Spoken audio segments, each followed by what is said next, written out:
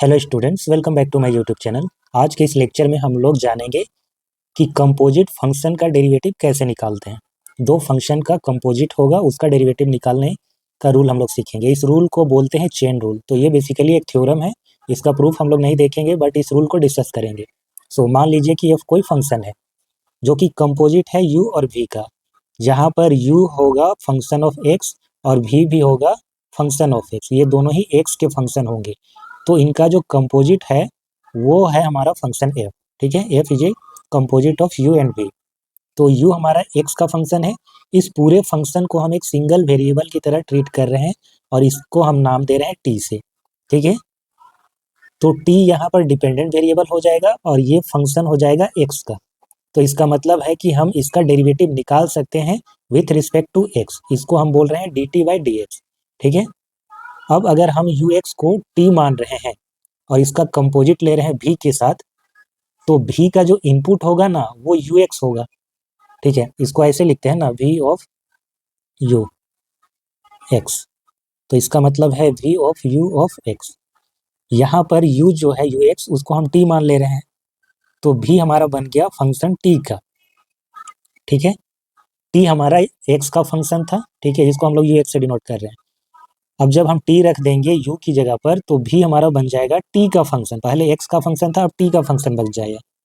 तो इसका मतलब है कि हम इसका डेरिवेटिव निकाल सकते हैं विथ रिस्पेक्ट टू t, जिसे हम dv बाई dt बोल रहे हैं।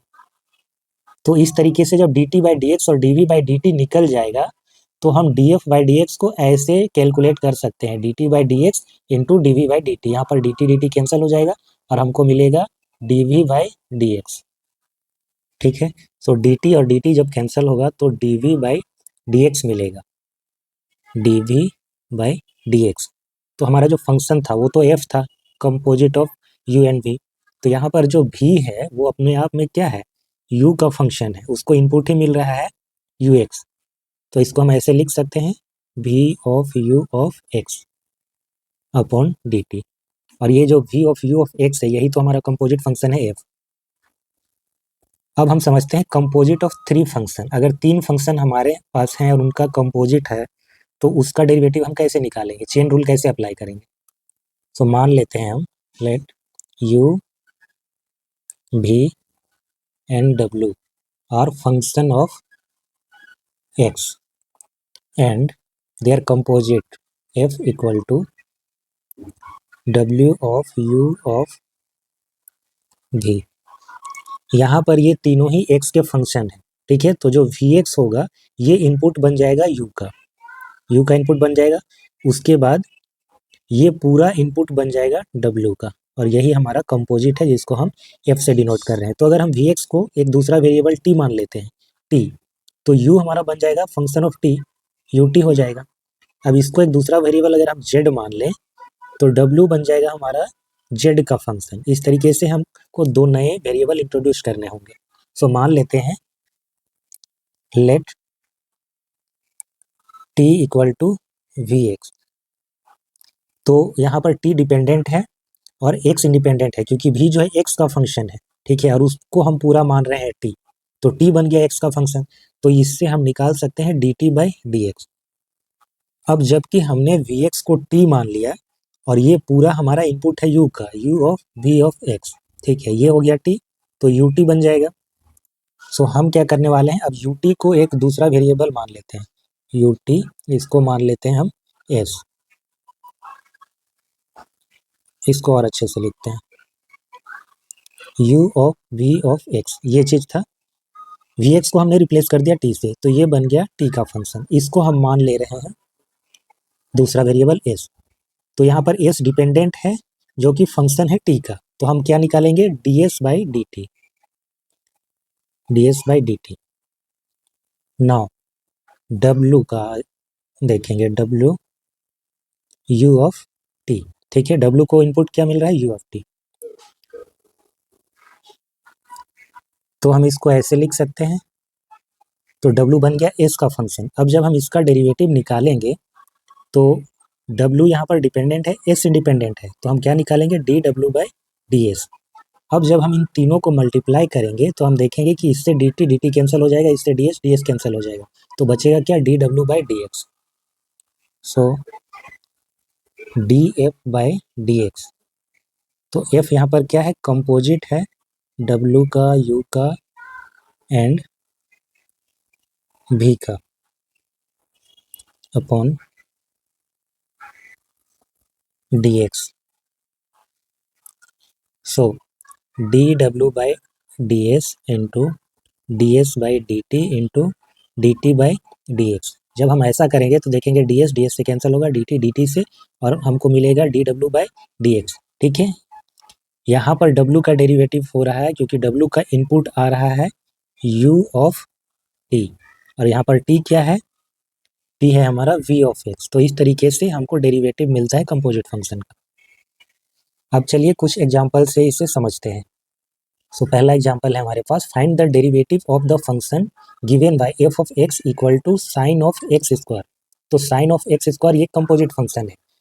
हमको पता है कि साइन ऑफ एक्स होता है, इसका डेरिवेटिव पता है कॉस एक्स होता है। एक्स स्क्वायर एक दूसरा है फंक्शन, क्वाड्रेटिक फंक्शन है, इसका डेरिवेटिव होगा 2x। ठीक है, इन दोनों को मिला करके कंपोजिट फंक्शन ये बन रहा है। तो इसका डेरिवेटिव निकालने के लिए सबसे पहले हम क्या करेंगे, सबसे पहले तो जो एफ ऑफ एक्स है हम इसको y से रिप्लेस करते हैं, y equal to sine of x square. अब हम मान लेते हैं एक्स स्क्वायर को एक दूसरा variable, let t equal to x square, then y equal to क्या हो जाएगा, साइन ऑफ t। ठीक है, सो यहाँ पर t बन गया function of x and y बन गया साइन ऑफ t। हमारा एक्चुअल फंक्शन क्या था, y equal to sine of x square, y basically f of x को ही हम लोग बोल रहे हैं। ठीक है, सो y हमारा बन गया sine of t, that is function of t, और t है हमारा फंक्शन ऑफ x।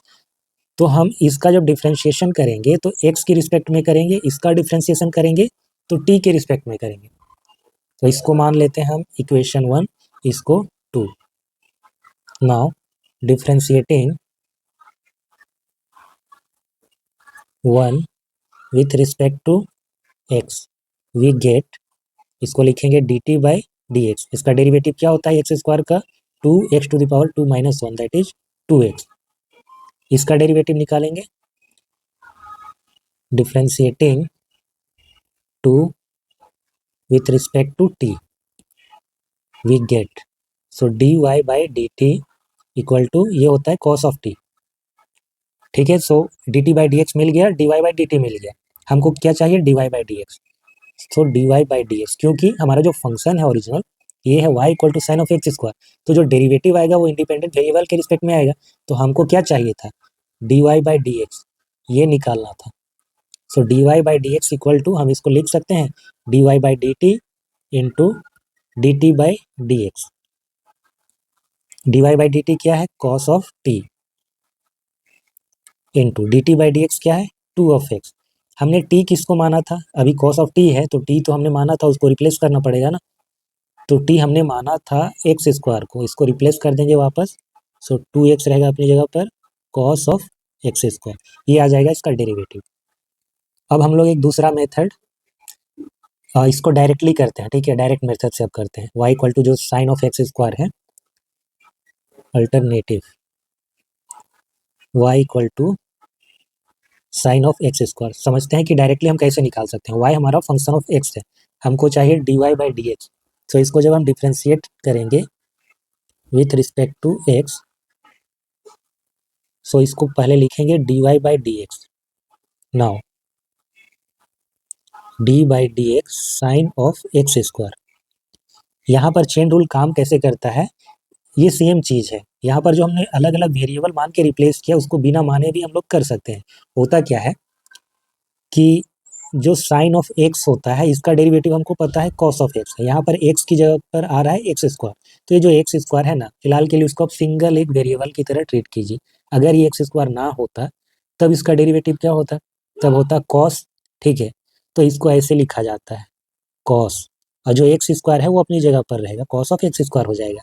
लेकिन क्योंकि ये सिंपल साइन ऑफ एक्स नहीं है, एक्स की जगह पर दूसरा है फंक्शन ऑफ एक्स, तो हमको फिर इस अंदर वाले स्ट्रक्चर का भी डेरिवेटिव निकालना पड़ेगा। सो इसको लिखते हैं D x square by D x.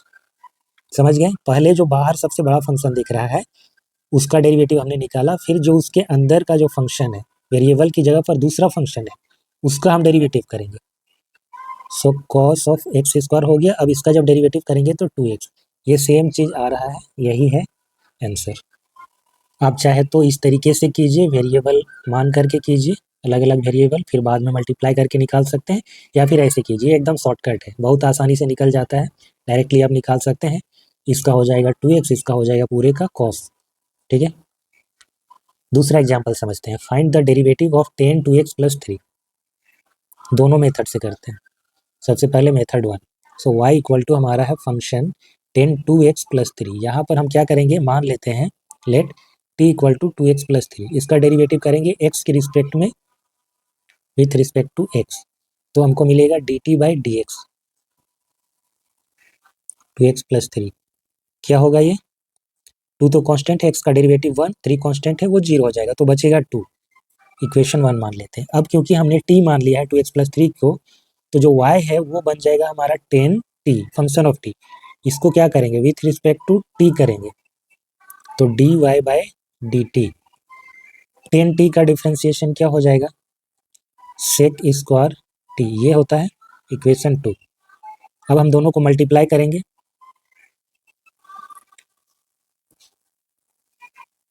तो जब मल्टीप्लाई करेंगे तो हमको मिलेगा dy/dx, dy/dt, और dt/dx को मल्टीप्लाई कर रहे हैं। dy/dt क्या आया, सेक स्क्वायर t, dt/dx क्या आया है, 2 आया है।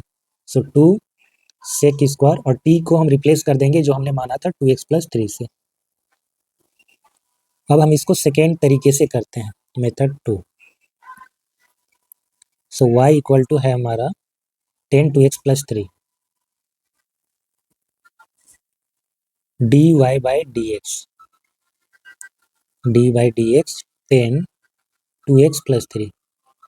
सो अगर 2x + 3 नहीं होता, कुछ और होता, सिंपली x होता, तो उसका जो डेरिवेटिव होता वो क्या आता, सेक स्क्वायर आता, और उसकी जगह पर जो भी है उसको पूरा लिखेंगे। फिर जो नॉर्मली x होता तब आता सेक स्क्वायर x, लेकिन x की जगह पर 2x + 3 है, फंक्शन ऑफ x है, तो उसको सिंगल वेरिएबल मान के जब डिफ्रेंशिएशन करेंगे तो इतना आएगा। अब क्योंकि ये भी फंक्शन ऑफ x है, हमको इसका भी डेरिवेटिव निकालना पड़ेगा। सो dy/dx 2x + 3, तो सेक स्क्वायर 2x + 3, और 2x + 3 का डिफ्रेंशिएशन करेंगे तो आएगा 2। So this is 2 sec square 2x + 3। Next question आप करते हैं, differentiate sine cos x square with respect to x। So first method से करते हैं, मान लेते हैं y इक्वल टू है sine of cos of x square. So यहाँ पर 3 फंक्शन का कंपोजिशन हो रहा है। सबसे पहले हम एक्स स्क्वायर को t मान लेते हैं, let t equal to x square. तो इसका जब डिफ्रेंशिएशन करेंगे x की रिस्पेक्ट में तो हमको मिलेगा 2x, इक्वेशन 1। ठीक है, अब क्योंकि जब हम एक्स स्क्वायर को t मान रहे हैं तो ये अंदर वाला चीज़ क्या हो जाएगा, ये बन जाएगा कॉस ऑफ t। इस कॉस ऑफ t को हम एक दूसरा नाम दे रहे हैं, नाम दे देते हैं z। Let z equal to cos of t। इसका डिफ्रेंशिएशन करेंगे t के रिस्पेक्ट में, तो dz/dt इक्वल टू हो जाएगा minus of sine t, equation 2। Now जब हम z मान लेंगे कॉस को तो क्या हो जाएगा, ये बन जाएगा पूरा sine z, y equal to sine z, sine of z। अब हम इसका डिफ्रेंशिएशन करेंगे z के रिस्पेक्ट में, तो dy/dz ये हो जाएगा कॉस ऑफ z, इक्वेशन 3। अब इन तीनों को हम मल्टीप्लाई करेंगे from 1 2 and 3। So dt/dx into dz/dt into dy/dz। तो जब इनको मल्टीप्लाई करेंगे तो dt ये कैंसिल हो जाएगा, dt से dz से बचेगा क्या, dy/dx। ठीक है, सो क्या क्या वैल्यू है, dt/dx है हमारा 2x, उसके बाद dz/dt है माइनस ऑफ साइन t, और dy/dz है cos of z। So dt से कैंसिल, dz से कैंसिल, बचेगा क्या, dy/dx। अब यहाँ पर सेट करते हैं 2f(x) है, माइनस बाहर ले आते हैं, साइन ऑफ t को हमने क्या माना था, एक्स स्क्वायर हो गया, कॉस ऑफ जेड को क्या माना था हमने, जेड कॉस टी था, ठीक है, कॉस ऑफ टी। तो टी को फिर से करना होगा replace, minus of 2x sine of x square into cos of और टी क्या है, एक्स स्क्वायर। तो इतना आएगा। एक सही ऑर्डर में अगर लिखना चाहे तो ये कुछ ऐसा होगा, cos of x square and sine of x square, ठीक है, ये आंसर आएगा इसका। अब हम इसको डायरेक्टली एक बार करके देखते हैं, y equal to sine of cos of x square, method 2, y equal to sine of cos of x square, ठीक है।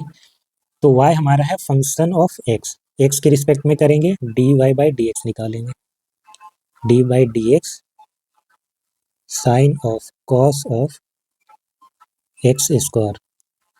तो सबसे पहले जो बाहर वाला फंक्शन आपको दिख रहा है, क्योंकि साइन के अंदर ये चीज़ है, जहाँ पर सिंपली साइन ऑफ एक्स होना चाहिए, एक्स की जगह पर ये पूरा कॉस ऑफ एक्स स्क्वायर है।